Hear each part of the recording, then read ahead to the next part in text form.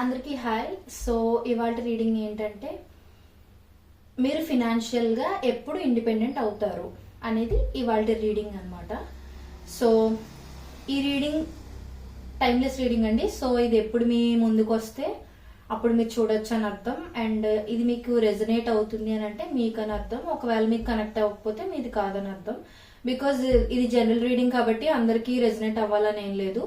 So మీకు resonate అయింది తీసుకుని మిగతాది ఇగ్నోర్ చేసేయచ్చు. అండ్ నా ఛానల్లో ఆల్మోస్ట్ లైఫ్, లవ్ గురించి, యూనివర్స్ మెసేజెస్ అండ్ ఇంకా కెరియర్ గురించి, ఇలా సోల్మేట్స్ గురించి ఇలా చాలా వీడియోస్ ఉన్నాయి. మీరు చెక్ చేయొచ్చు. డైలీ 1 or 2 వీడియోస్ ఖచ్చితంగా పోస్ట్ చేస్తాం. అండ్ పర్సనల్ రీడింగ్స్ ఎవరికైనా కావాలి అని అంటే చెక్ చేయొచ్చు. ప్రైజెస్ చాలా రీజనబుల్ గా ఉన్నాయి. So without any delay let's get started. Universe please give me accurate reading. Universe, నా కలెక్టివ్ ఫినాన్షియల్ గా ఎప్పుడు ఇండిపెండెంట్ అవుతారు? యూనివర్స్, నా కలెక్టివ్ ఫినాన్షియల్ గా ఎప్పుడు ఇండిపెండెంట్ అవుతారు? Universe,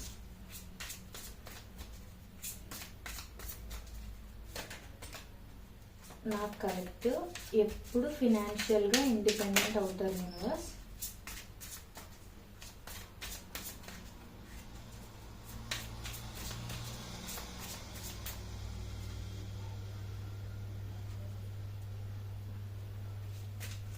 please clarify the hanged man. Universe,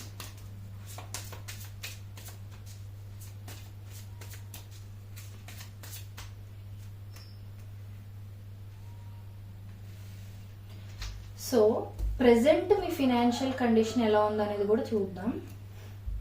నా కలెక్టివ్ యొక్క ప్రెసెంట్ ఫినాన్షియల్ సిచ్యువేషన్ ఎలా ఉంది? Universe, please give me accurate reading. Universe, present నా కలెక్టివ్ సిచ్యువేషన్ ఫినాన్షియల్ గా ఎలా ఉంది? యూనివర్స్,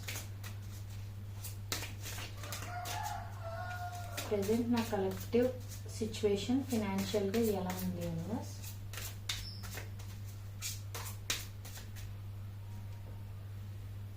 ప్రెసెంట్ నా కలెక్టివ్ సిచ్యువేషన్ ఫినాన్షియల్ గా ఎలా ఉందో చూపించండి. యూనివర్స్, ప్రెసెంట్ నా కలెక్టివ్ సిచ్యువేషన్ ఫైనాన్షియల్ గా ఎలా ఉందో చూపించండి.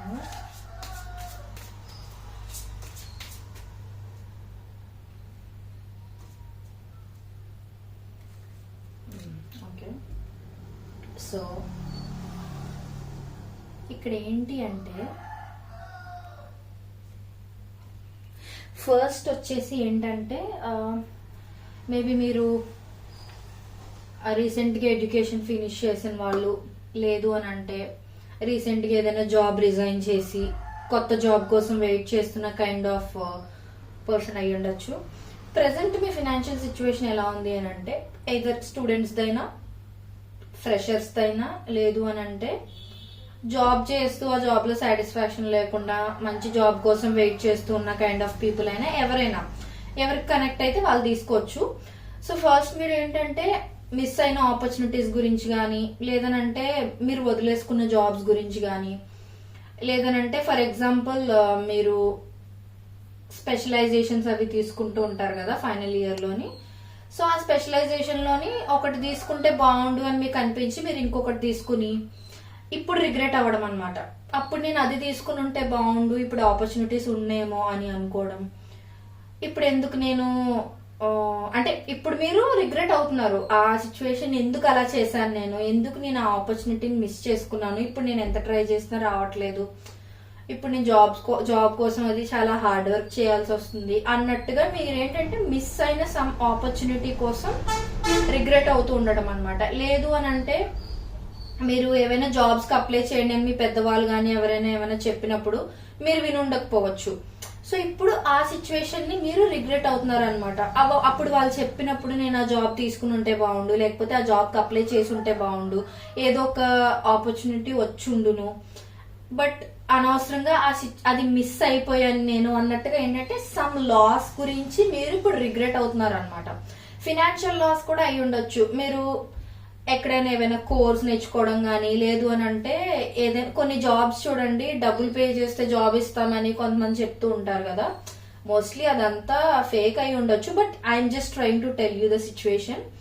సో ఎక్కడో డబ్బులు పే చేయడం, ఇన్ రిటర్న్ వాళ్ళు మీకు జాబ్ ఇస్తామండం, అలా ఏదో మీరు డబ్బులు ఏవో పే చేసి మోసపోవటం, వాళ్ళేం మీకు జాబ్ ఇవ్వకపోవటం, లేదు అని అంటే కోర్స్ ఏదైనా నేర్చుకుంటే జాబ్ వస్తుందని నేర్చుకోవడం, బట్ నేర్చుకున్నా సరే మీకు జాబ్ ఆపర్చునిటీస్ అవి ఏం రాకపోవటం, అలా సమ్ సార్ట్ ఆఫ్ లాస్ ఏదో జరిగింది మీకు.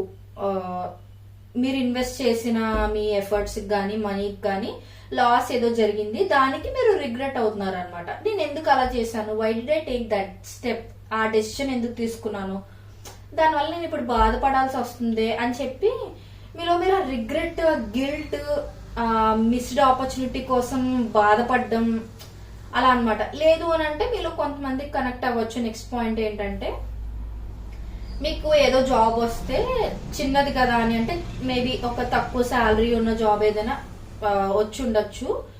అది మీరు ఏంటంటే ఇది తక్కువది కదా, నాకు ఎందుకు ఇంకా మంచి ట్రై చేద్దామని ఒక ఆపర్చునిటీ వదిలేసుకుని ఇంకా మంచి ట్రై చేద్దామన్న ఇదిలోని మీకు ఫస్ట్ ఏదైతే వచ్చిందో దానికి సమానంగా కూడా ఇప్పుడు ప్రస్తుతం ఏం రాకుండా ఉండుంటే, సో మీరు అది కూడా రిగ్రెట్ అవ్వటం అనమాట. ఎలా అంటే ఆ ఫస్ట్ దే ఎంతో కొంతైనా వచ్చినా బాగుండేది, అది తీసుకుని ఉండుంటే నాకు కనీసం ఎక్స్పీరియన్స్ అయినా వచ్చి ఉండేది, అనవసరంగా నేను వదిలేసాను అన్నట్టుగా మీరు రిగ్రెట్ ఫీల్ అవడం. అండ్ మీలో ఇంకో కొంతమందికి ఏంటంటే బిజినెస్ లో కానీ పార్ట్నర్షిప్స్ లో కానీ మీరు మనీ స్పెండ్ చేయడం, ఆ మనీ మీకు లాస్ అయిపోవడం, అనవసరంగా అక్కడ స్పెండ్ చేశాను, వేరే ఎక్కడైనా నేను ఇన్వెస్ట్ చేసుకుని ఉంటే బాగుండేమో అని. సో అలా మీరు రిగ్రెట్, లాస్ అయిన దాని గురించి చాలా చాలా ఎక్కువగా గిల్ట్ గా ఫీల్ అవుతున్నారు అనమాట. ఇంకొకటి ఏంటంటే ప్రస్తుతం స్టబాన్ గా అంటే ఇంక ఎలాగైనా సరే ఒకటి తెచ్చుకోవాలి, జాబ్ తప్పదు. జాబ్ కానీ నేను చెప్పే జాబ్ అనే కాదు, బిజినెస్ లో ప్రాఫిట్స్ అయినా అవ్వచ్చు, నేను జనరల్ టర్మ్ లో ఉంటుంది కాబట్టి నేను జాబ్ అని యూజ్ చేస్తున్నాను.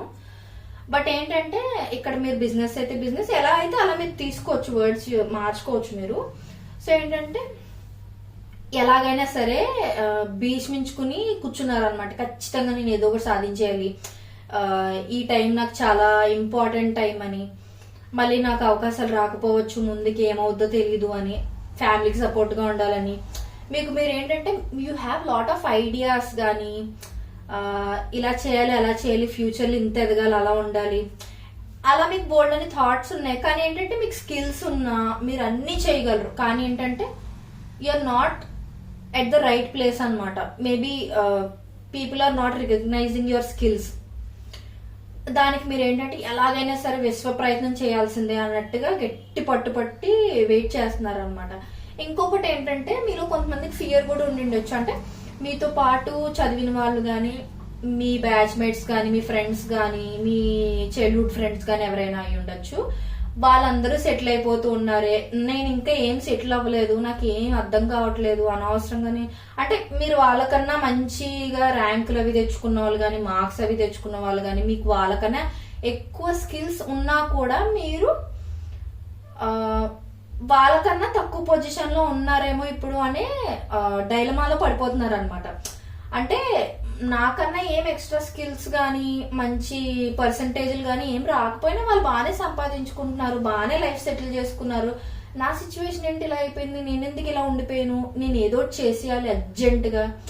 అంటే ఏంటంటే మీ ఫ్రెండ్స్ ని మీరు ఎప్పుడైనా మీట్ అయినప్పుడు వాళ్ళు ఆల్రెడీ సెటిల్ అయిన ఫ్రెండ్స్ అయి ఉంటే మీకు కొంచెం ఇన్సెక్యూర్ ఫీలింగ్ రావటం, అయ్యో వాళ్ళైతే బాగానే సంపాదిస్తున్నారు, బాగానే ఎర్న్ చేసుకుంటున్నారు, వాళ్ళ పొజిషన్ మెయింటైన్ చేసుకుంటున్నారు, నేను ఇంకా ఏం సంపాదించలేదు, వీళ్ళు పక్కనే నించోడానికి కూడా సరిపోవట్లేదు, ఇప్పుడు ఒకప్పుడు అందరం ఈక్వల్ గానే ఉండేవాళ్ళం, అలా ఏంటంటే మీలో మీకు డిగ్రేడ్ చేసేసుకునే థాట్స్ వచ్చేస్తున్నాయి అనమాట.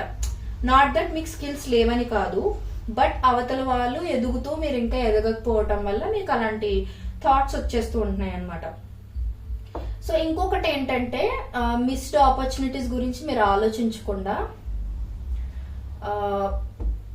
నెక్స్ట్ సెకండ్ ఛాన్సెస్ అనేవి మీకు యూనివర్స్ ఇవ్వబోతుంది ఖచ్చితంగా. సో మీరు మిస్ అయిన ఆపర్చునిటీస్ గురించి ఫస్ట్ థింగ్ ఒకటి గుర్తు పెట్టుకోవాల్సింది ఏంటంటే, కెరియర్ అయినా, లవ్ లైఫ్ అయినా, నార్మల్ ఏదైనా, ఫ్యామిలీ గురించి అయినా, ఏదైనా సరే జరిగిపోయిన దాన్ని మనం మార్చలేం అనేది మనం గుర్తుంచుకోవాలి. నెక్స్ట్ తీసుకోవాల్సిన స్టెప్ మాత్రమే మన మైండ్ లో పెట్టుకోవాలి.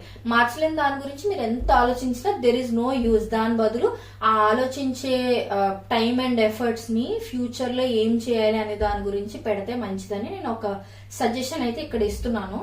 సో ఇది ప్రెసెంట్ మీ ఫినాన్షియల్ సిచ్యువేషన్ అది ఎలా ఉంది, మీరు ఏ పొజిషన్ లో ఉన్నారు అనేది నేను చెప్పాను. So most of you are like opportunity ఏదైనా వస్తే తీసుకుందామన్న సిచ్యువేషన్ లో ఉన్నారు అన్నట్టు, వెయిట్ చేస్తున్నారు. అంటే ఈసారి చిన్నదైనా పెద్దదైనా ఒక జాబ్ గానీ ఒక ఆఫర్ ఏదైనా వస్తే వెంటనే తీసేసుకుందాం, వదలొద్దు అన్నట్టుగా మీరు ఒక సెకండ్ ఛాన్స్ కోసం వెయిట్ చేస్తున్నారు. అండ్ డోంట్ వరీ, ఖచ్చితంగా యూనివర్స్ మీకు ఒక సెకండ్ ఛాన్స్ అయితే ఇవ్వబోతుంది. అండ్ నెక్స్ట్ ఎప్పట్లోగా మీ ఫినాన్షియల్ సిచ్యువేషన్ అనేది ఇండిపెండెంట్ అవుతుంది. అంటే మీ ఓన్ మనీ మీరు ఎర్న్ చేసుకునే సిచ్యువేషన్ ఎప్పటికవుతుంది అని అంటే, first of all let me tell you one thing. మీకు వచ్చే చిన్న చిన్న ఆఫర్స్ అయినా సరే యాక్సెప్ట్ దెమ్. ఎందుకు అని అంటే మీరు ఇప్పుడు something is better than nothing కదా. ఫస్ట్ మీరు ఏంటంటే ఎంతో కొంత శాలరీదో లేకపోతే ఎంతో కొంత ప్రాఫిట్ ఉన్న బిజినెస్ స్టార్ట్ చేయడమో అలా ఏదో ఒకటి స్టార్ట్ చేస్తూ మీరు దేనికైతే ఏం చేసుకుంటున్నారో హయ్యర్ గా దానికి మీరు ప్లాన్స్ చేసుకుంటూ ట్రై చేయండి. అంటే ప్రెసెంట్ ఖాళీగా ఉండకుండా సంథింగ్ ఏదో ఒకటి ఎంతో కొంత ఎర్న్ చేసుకుంటూ చిన్నది పెద్దది అని కాకుండా ట్రై చేస్తూ దాని తర్వాత మీరు నెక్స్ట్ స్టెప్ ఏం తీసుకోవాలనే దాని మీద మీరు ప్లాన్ చేసుకోండి. ఏదైనా చిన్నది ఒక 15,000 20,000 శాలరీ రాగానే చాలా మంది mostly I see in freshers ఎలా తీసుకుంటారు అంటే ఇదే మాత్రం మనకి ఇంకా ఎక్కువ వస్తుంది కదా అన్నట్టు అనేసుకుంటారు. కానీ బట్ ఫ్రెషర్స్ గా ఒకవేళ మీరు ఫ్రెషర్ అయి ఉంటే మీరు ఆలోచించాల్సింది ఏంటంటే ఎంతో కొంత ఫస్ట్ స్టార్ట్ చేస్తే ఎక్స్పీరియన్స్ పెరుగుద్ది కదా, ఈ లోపు మీరు అనుకున్న దాని గురించి స్కిల్స్ బిల్డ్ చేసుకోండి. అదే యూనివర్స్ కూడా మీకు ఇక్కడ చెప్తుంది. So first take which opportunities you are getting in your way. అది చిన్నదవనివ్వండి పెద్దదవనివ్వండి, చిన్న ఆపర్చునిటీస్ ఫస్ట్ మీకు వస్తాయి. అది మీరు తీసుకున్న తర్వాత మీరు డిఫరెంట్ గా ఆలోచించడం స్టార్ట్ చేస్తారు. అంటే మీరు ఆ స్ట్రీమ్ కి చెందుతారా చెందరా, అది మీకు సరైన దారైనా లేకపోతే మీరు ఇంకా దేనికైనా ఏ కైండ్ ఆఫ్ అదర్ జాబ్స్ కైనా వేరే బిజినెస్ కి ఏదైనా సెట్ అవుతారా అనేది మీకు ఒక ఐడియా వస్తుంది. వచ్చాక మీరు ఎప్పుడైతే డిఫరెంట్ గా ఆలోచించడం స్టార్ట్ చేస్తారో అప్పుడు మీకు ఫినాన్షియల్ ఇండిపెండెన్స్ అనేది ఖచ్చితంగా వస్తుంది. And bottom of the deck కూడా మనకి ఫూల్ చూపిస్తుంది. So take risk. ఒకవేళ మీరు బిజినెస్ లో ఏమైనా చేస్తుంటే no problem, you can just take the risk. Because business లోని రిస్క్ అనేది ఖచ్చితంగా కామన్ పాయింట్. బట్ కొంతమంది ఏంటంటే లాస్ వచ్చేస్తుందేమో అని భయంతో ఆగిపోతారు. కానీ what if you succeed in that? So అందుకే ఏంటంటే రిస్క్ అనేది తీసుకోండి. In case if you're in business కానీ ఏదైనా స్టార్ట్అప్ లాంటిది ఏదైనా చేసినా నో ప్రాబ్లం. ఎందుకంటే మీకు సెలబ్రేషన్ చేసుకునే మూమెంట్స్ నెక్స్ట్ రాబోతున్నాయి. సో మోస్ట్లీ నాకు తెలిసి మీరు నెక్స్ట్ 8 to 12 months లో ఫినాన్షియల్ గా ఇండిపెండెంట్ అవ్వచ్చు. బట్ దానికన్నా ముందు ఒక 6 months లోపు మీకు చిన్న చిన్న ఆపర్చునిటీస్ ఏమైనా రావచ్చు. But you have to try.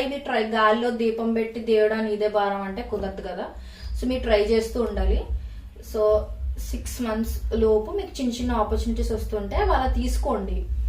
అది అందులో వర్క్ చేస్తూనే నెక్స్ట్ దానికి ట్రై చేయండి. ఖచ్చితంగా న్యూ బిగినింగ్ అనేది ఉంది, మంచి చాప్టర్ అనేది మొదలవబోతుంది. And next 8